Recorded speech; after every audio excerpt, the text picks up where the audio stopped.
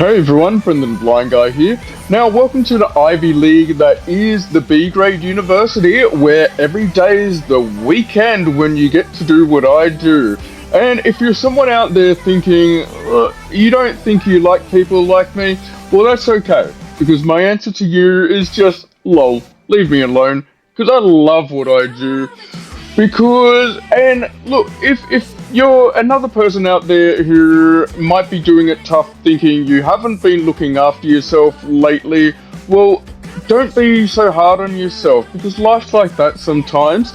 And look, this right here will help, because even if today was our last day on this crazy planet, let's go out with a bang, because I give to you Alex Lahey. How are you, Alex? I'm good, thanks. That was very impressive. I reckon you got like a dozen songs in there.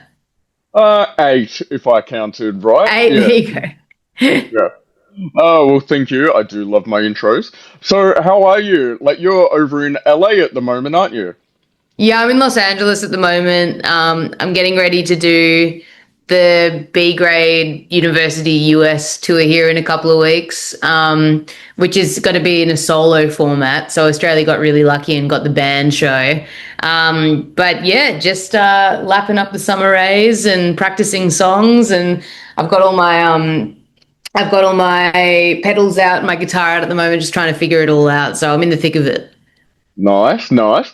So I was going to ask you this in a little while, but now that we're on the topic of it, so yeah, so you start the tour in the US in July, and then you're back home in August for a tour.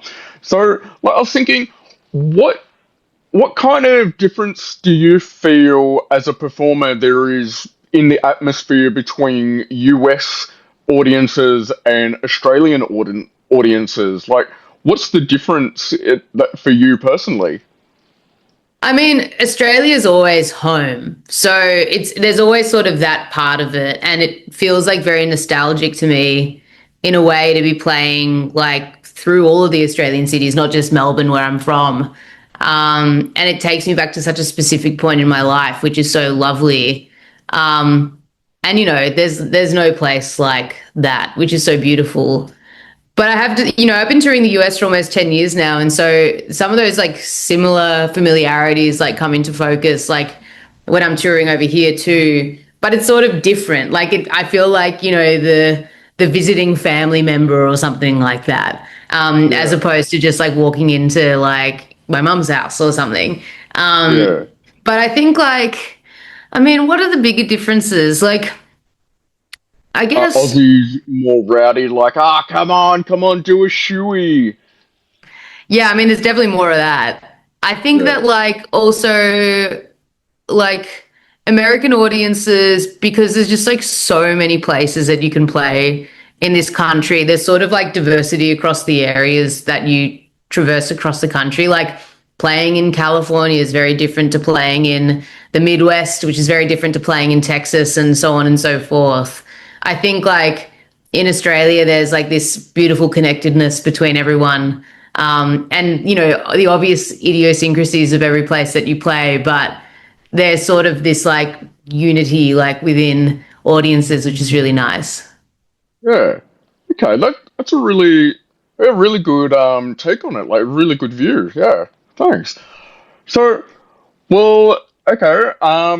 Now, the main reason for our catch up today is because on July 17th, you're releasing the 10-year anniversary of your debut EP, The B Grade University, now titled B Grade University The Reunion Edition, which features remastered tracks plus re recordings of You Don't Think You Like People Like Me, featuring Tegan and Sarah, and also Let's Go Out, featuring Slowly Slowly.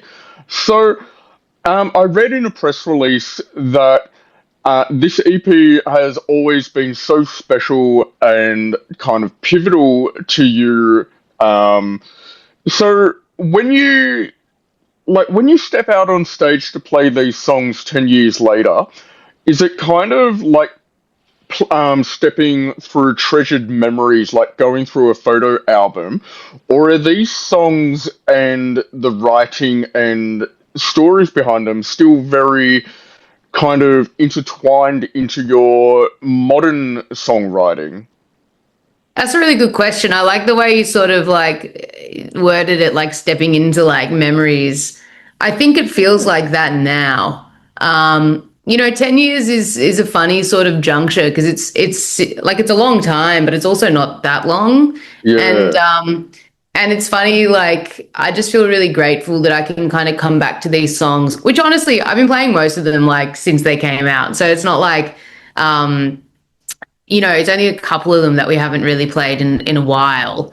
But yeah, it feels like familiar ground, and I feel like there's almost something kind of out of body about it. Like, I feel like I'm singing to myself 10 years ago, or even longer, because the songs were written more than 10 years ago, you know? So it's, it's kind of funny, like doing that. And one of the interesting things that I discovered when I was re-recording those two songs that you mentioned, Let's Go Out and You Don't Think You Like People Like Me, is that it was the first time I'd ever recorded songs that were so ingrained in my body and I was so familiar with. Like, I've been singing those songs live for 10 years. Like, they are my muscles and my body and my brain and my voice, like, those songs are just a part of me, like physically now, not just like emotionally and with like in my memories and all that kind of stuff. And so it was really fun to go into the studio and re-record those and just let them come out of me and not really have to think about it. yeah, Because, like no one really talks about this, but like when you're making a record and you're recording new songs, it's like you're trying to figure out how they go as well. And you're getting familiar, like you've never sung them before, yeah, And so, because they don't exist yet, where this time it was really fun to go into the studio and sing songs that I had written that like not only exist in the world but also exist like within myself, and I could just like step up to the mic and confidently be like, yeah, this is how the song goes and I'm going to enjoy myself singing it. So that was really yeah. cool. Yeah, that's awesome. Yeah, wow. Yeah, because I was listening to the EP and it's like, yeah, it's really not just like a remastered EP with maybe one bonus track. It really is like having a. I was kind of listening to it, and it's like it's hard to put it in words because it was different but also familiar because it was like I could almost picture you going into the studio and going, yeah, like this is a party. Let's breathe new life into these tracks and let's just rip shit up and do it the same but different. It's a weird kind of paradox there, Yeah, if for that sure. makes sense. And I think that, yeah, no, it does make sense. And I think that's like one of the reasons why I decided to call the release like the reunion edition, because it's not, like you think about going to any kind of reunion, whether it's like a school reunion or a family reunion or Yeah, whatever, like a team reunion, like these things become recontextualized with time, and it's not just we're not the same, and like and the memories morph and like things change, and we converge and we diverge like in that way. And I think, I mean, I love it when artists do anniversary edition records and maybe there's a couple of like deep cuts from the time that it was made or like alternate versions from when they were recording it or whatever. But first of all, like the demos that I had for these songs were just like pretty crap. They were just like me like navigating GarageBand as someone in my early 20s. But the song got written, and I was just like, oh, like let's do something that's new. Like let's elevate this. And I've now got, since this release, I've got 10 years worth of friendships and collaborators and peers and just people I like to be around. And so why not bring a couple of them in and see what they can bring to the table. And yeah, like slowly and Tegan and Sarah, I mean, I can't believe that, those are the types of people who are up for it. So I feel mm, very lucky, and I'm really like happy with how this turned out. yeah, definitely. So yeah, I was about to ask you about working with Tegan and Sarah and Slowly Slowly. So like, how did that come about? And like, so who approached who? And also like, what do you feel that those two brought to like breathing new life into the tracks? Because I felt Slowly Slowly brought a more gritty kind of rock punchy vibe to Let's Go Out. But like, how do you feel the two breathed new life into these tracks? I mean, I've known Tegan and Sarah now for longer than this record has existed. I met them in 2016. We both ended up playing Splendor together, Oh, and nice. yeah, and like a friendship kind of blossomed from there. And they invited me out on my first international tour in 2017, and yeah, they've always been like brilliant mentors and sounding boards and role models for someone like myself. And yeah, like when I asked, the idea came that maybe they could be a part of this record, given the tenure of our relationship and how much they mean to me as a as I was discovering songwriting and my own music as a teenager. And yeah, like it's crazy that I could just like flick them a text message and be like, I'm doing this thing. Do you want to sing on it? And they're like, Yeah. sure. And so that's beautiful. Ben and the Slowly Slowly guys, they're much newer friends. I think about 2 or 3 years ago, I messaged Ben because I thought it was strange that we had never met. And I just like, yeah, reached out. Now, like we were sort of always like maybe reply guys, or we were like familiar with each other, obviously familiar with each other's music, and had a lot of mutual friends. And I was like, it's so strange. I haven't met this guy. Like, we're both born and raised in Melbourne, both playing music. It's so weird. And so I just hit him up and I was like, we should meet. It's time. And I went over to his studio, which at the time was on Nicholson Street, and we got an espresso and we, Nice. hung out and became very fast friends. And yeah, I love Ben. I think he's so hardworking and creative and talented and cares so deeply about his craft in all of its forms. I think Slowly Slowly is such an important band in like the canon of Australian music. I don't think they get the recognition that they deserve. I know a lot of people love that band, but I really think that they haven't got their flowers quite yet. And I'm excited to see what that looks like for them. Mm. And like Ben and I, we made both of those recordings together. And what we did was I said, I really want to play into the strengths of these guests. And so with Tegan and Sarah, we, were not sort of nodding our head to the con in particular and trying to like bring some of those sort of like, I guess, like busy DIY, indie noughties kind of elements into the song, which I think we did a pretty good job of. And Mm. then with the Slowly Slowly feature, I just said to Ben, do that thing that you do. And he went and did it. And, Nice. I was just like, I want this to sound like a fuck off pop punk song that like, that sounds like I want it to sound like slowly, slowly covering a song, Yeah. and that's exactly what happened. And yeah, they're both kind of different, because of that approach, even though we did them at the same time in the same space and all that kind of thing. But we just like really invested a lot of thought and focus into the feature, the characteristics of the feature artist, and I think we pulled it off pretty good. Yeah. Yeah, definitely. Yeah. Well, obviously, I was.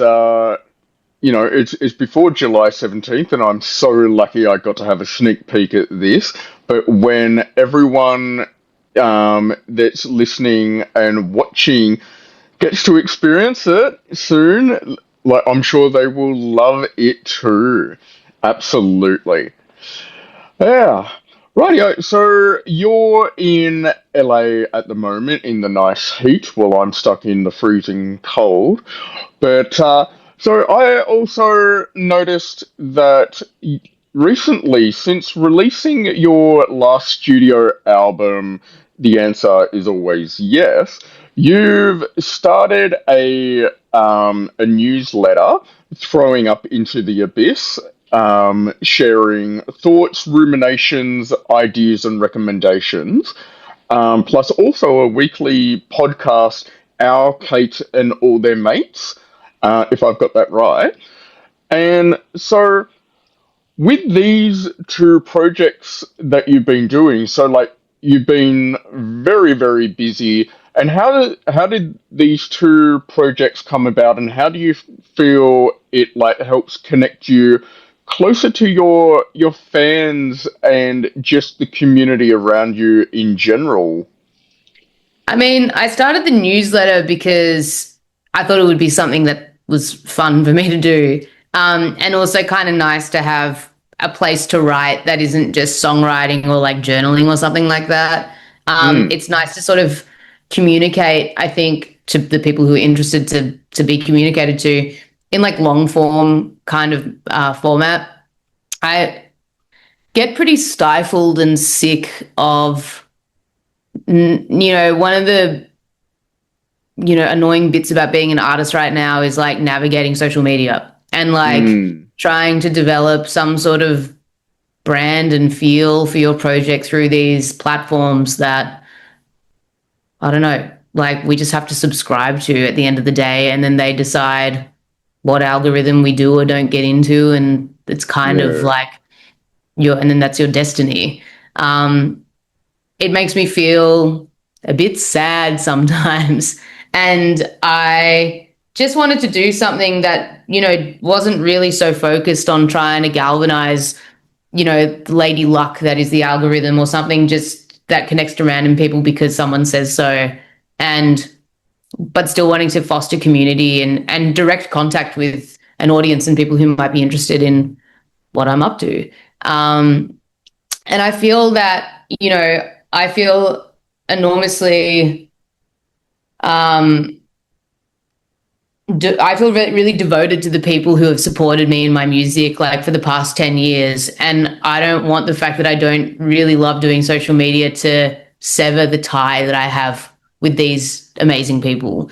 And for mm, me, like doing a newsletter was kind of a fun way for me to remain engaged and to, I don't know, do some fun stuff that maybe doesn't really fly on the other mediums. I don't really like being on camera and talking into my phone and doing that sort of stuff, but I really enjoyed writing. So yeah, that's where that comes from.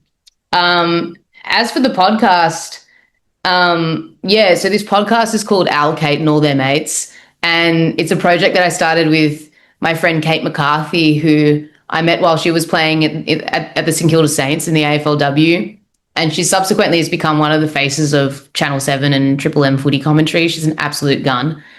right. And our other friend, Julia Janini McGoran, who is actually someone I went to kindergarten with, and we've Oh have a wow. very, very close friendship and have had a very close collaborative, creative relationship for many years now.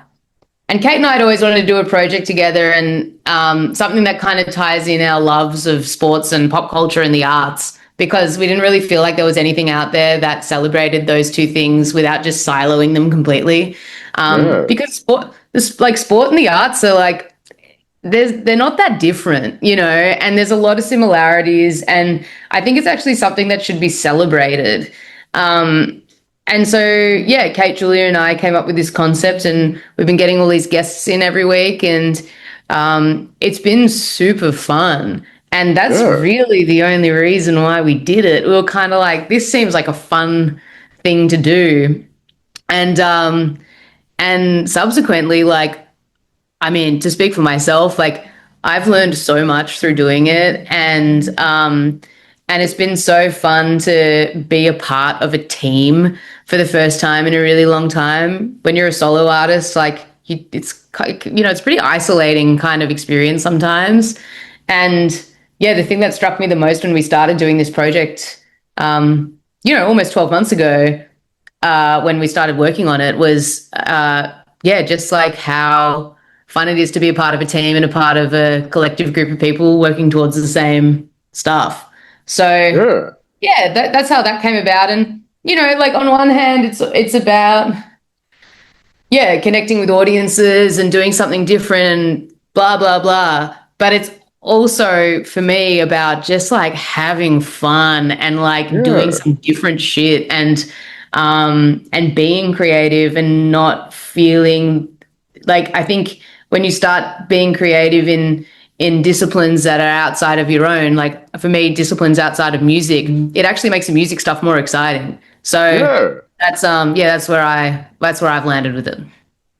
That's really that's really awesome. And so yeah, with sports, what's your choice sports? I am an AFL fan, Oh yeah. and I go for the St Kilda Saints, which is a long, hard journey. But I love them dearly. But I've also recently taken up golf, so I've been playing a lot of golf this year, which has been Ah, fun. oh, that's awesome. Yeah. Yeah, wow.